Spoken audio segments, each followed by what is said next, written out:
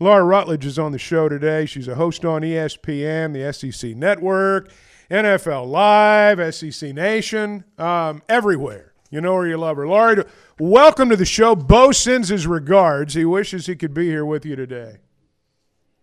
Oh, my goodness. Well, it's so great to talk to you guys. And I was just saying offline, like, how is Bo old enough to have a grandchild? That's amazing. Good for him. Yeah. I'm not going to tell him that, though, because his head might get too big. But I love it. It's great to be with you guys. Well, he's hanging on every word right now. He has nothing to do. He's trying to decide, as the father of the father, can he leave or is he required to stay? No, he has to stay. I'm going to decide it for him. He's got to stay. So I'm guessing that for you right now, you've got just a world of information to try to digest between now and the end of the month, whether it's college football, the NFL. What's August like for you right now?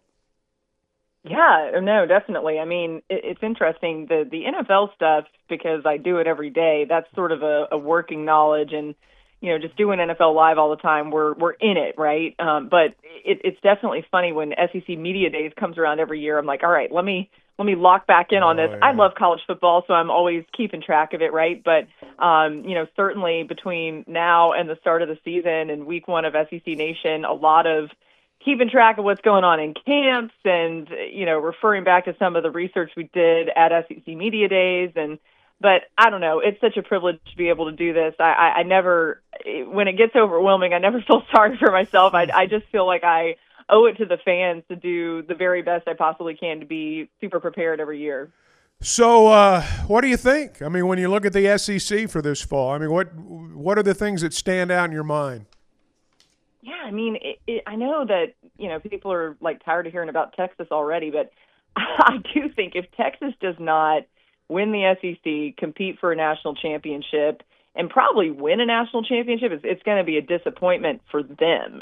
Maybe for their fans too, but I think that Sarkisian thinks this is his best team that he's had, since he's been there, and it probably is, right? I mean, Arch Manning may have some bumps early on. They've obviously got some early challenges when it comes to the opponents they're facing, but that team is stacked. And then, you think about a team like Georgia that we probably aren't talking enough about, which is crazy to say. It's the Georgia Bulldogs and Kirby Smart, but I feel like people are kind of underestimating them in a way. And, there's a lot of things about their schedule that while it's never an easy opponent in this league, they host a lot of the important games. They host the Alabama, Ole Misses, games like that could be difficult for them.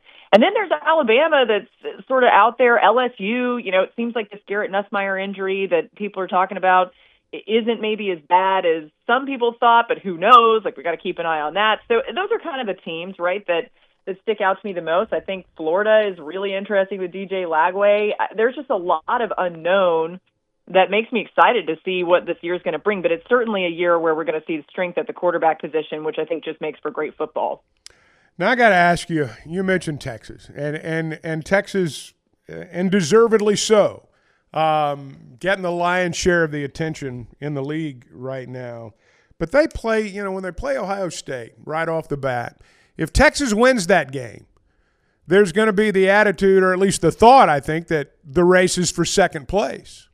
But the loser of that game, whether it's Texas or Ohio State, I mean, if they're going to, to say their backs are to the wall, I don't know that even accurately sums it up. Doesn't mean they can't still get in the playoff, but Texas, the narrative, is going to be different even after that first game. It's pretty good right now, but it's going to be even a lot better, or people are going to, wonder about Arch Manning, it would seem.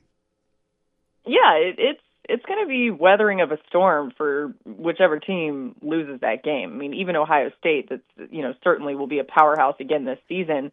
They're looking to, defend the national title. They're a team that a lot of people want to say, all right, well, they just did it last year. They can't do it again. The SEC is going to come in strong this season. And so there will be all those narratives. I do think there's more pressure on Texas, though, for sure. And a lot of that has to do with Arch Manning, and he's handled everything so well, but, we really haven't seen him play.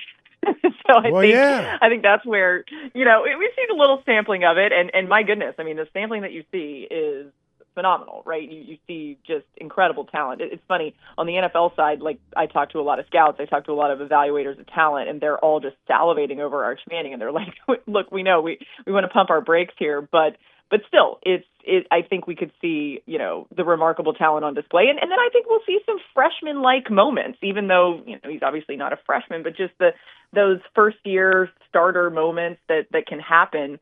But it's funny. I mean, that's the great thing about college football, right, is it feels like that drama is real, even week one. Even though that there's plenty of time and you can afford a loss here and there now in the expanded playoffs, it still feels like the sky is falling, and that's what makes it so amazing. So what do you think about Arkansas? What are your thoughts on that? Well, listen, I mentioned the strength of the quarterback, and Taylon Green's certainly one of those that I think a lot of people are excited about, and I'm one of those people. There are certainly changes and improvements that need to be made, right? We're all aware of that, and this fan base deserves that. I am a forever fan of Coach Pittman, so I am like a Coach Pittman apologist, which sometimes I think annoys Arkansas fans, but there's certainly a lot of them that I think are still, excited about what he brings to the table. And they always find ways, Arkansas does, I think, to be a team that nobody wants to face. Like they bring some tenacity, some physicality to the table. And then there are the games where you say, man, why couldn't we keep the consistency up that we had, last game or whatever it was. I've seen massive improvements in the secondary, at least on paper. I think that's huge. This obviously is a part of the team that needed to improve, but like a physical, more dynamic secondary, I think will make a difference, especially in this league now where you've got the offense is improving so much. But I'm excited to see what they do. And again, I think they can be a thorn in people's sides. The one caveat I would say is that I know that's not good enough for a proud fan base that wants more wins. You mentioned Pittman. You like Pittman. I'm just interested. You travel around. You know the subjects a lot better than a lot of people do. Who do you like in this league? Who are the people that you enjoy going to visit with during the I mean, other than Bart, obviously. But I mean, who are the people you like in this league? Like coach-wise? Yeah. Yeah. Okay. So I mean, there's so many great ones. I love visiting with Kirby Smart. He's always so interesting to talk to, and just as much as he's become more and more serious, I think, as the years have gone by, there's still a lot of fun that he has, and he's got a great sense of humor. Some of my favorite things that I've ever done were interviewing Kirby and Nick Saban at the same time, and just seeing them rib each other. It's a blast. Steve Sarkisian's interesting to talk to, just kind of the peek into a great offensive mind I always find fascinating.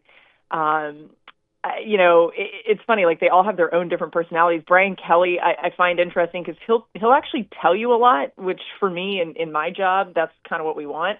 We want like as much information as possible. You guys can relate to that. He had a lot of interesting perspective, I think, at SEC Media Days, which was cool. And as I said, Coach Pittman, he's funny, which I love, but I also think he's just very honest and very self-aware. And I think it speaks to why, players would want to play for him. Like I'm sure he connects really well with his team and with his players. And that's important. College football, college athletics has changed so much and will continue to change so much. We all know that, right? It's hard to even keep track of what's going on with it. But I do think that there are still these coaches that kind of supersede all of that. And they make it to where players say, yeah, obviously some are going to say, I want to make money. I want to get this from the NIL side. I want to do this, that, and the other in the transfer portal. But I do think there's still some of it where they say, no, I do want to be coached well. And that's, I want an environment that I enjoy. And that's where I think Pittman can set himself apart. Laura, I've got to ask, SEC Nation has become this kind of fun game day experience for fans just around the league. It's always a party whenever you and the crew show up.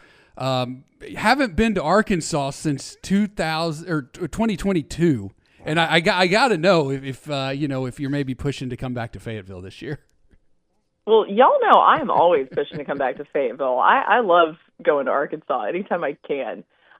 It is definitely one of the teams that's on our list of teams that we're going to potentially visit this year.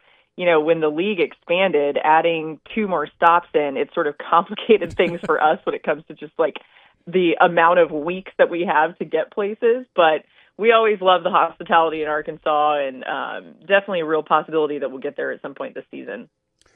Laura, it's great to have you on. Hope you have a terrific season, and we'll look forward to visiting with you again. Thank you for being with us today.